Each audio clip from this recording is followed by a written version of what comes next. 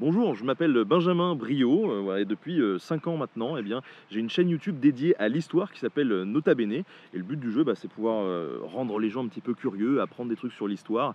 Je me limite pas à une zone géographique, je me limite pas non plus dans les périodes abordées. Le but, c'est vraiment d'être curieux et d'aller aborder l'histoire dans vraiment toutes ses ramifications.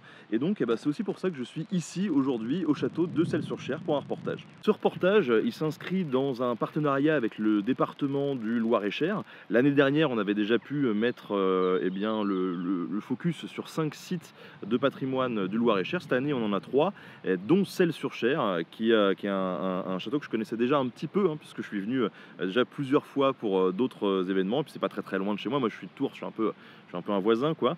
Et c'est un château que j'aime beaucoup parce que c'est un château où on a vraiment des vestiges architecturaux de plein d'époques différentes. Mes chers camarades, bien le bonjour. Nous voilà dans le département du Loir-et-Cher pour un nouvel épisode. On est donc ici au bord du Cher, un affluent de la Loire, pour découvrir un lieu qui a vu passer beaucoup de monde. On voit vraiment bien que le château s'est modifié assez grandement avec son histoire. Il y a eu beaucoup de personnages très intéressants qui sont passés en ses murs, Robert de Courtenay, Philippe de Béthune pour le plus connu. Et donc voilà, il y a plein d'aspects à aborder qui vont des vikings au départ, des invasions vikings dans le coin, jusqu'à Philippe de Béthune, et puis même la Révolution avec le démantèlement du château, d'une partie du château, par la célèbre bande noire. Bref, comme la plupart des châteaux de la vallée du Cher et de la Loire, le château de Celles est posé au bord de la rivière et non pas sur un lieu surélevé comme la plupart des châteaux en France. Et vous allez me demander pourquoi.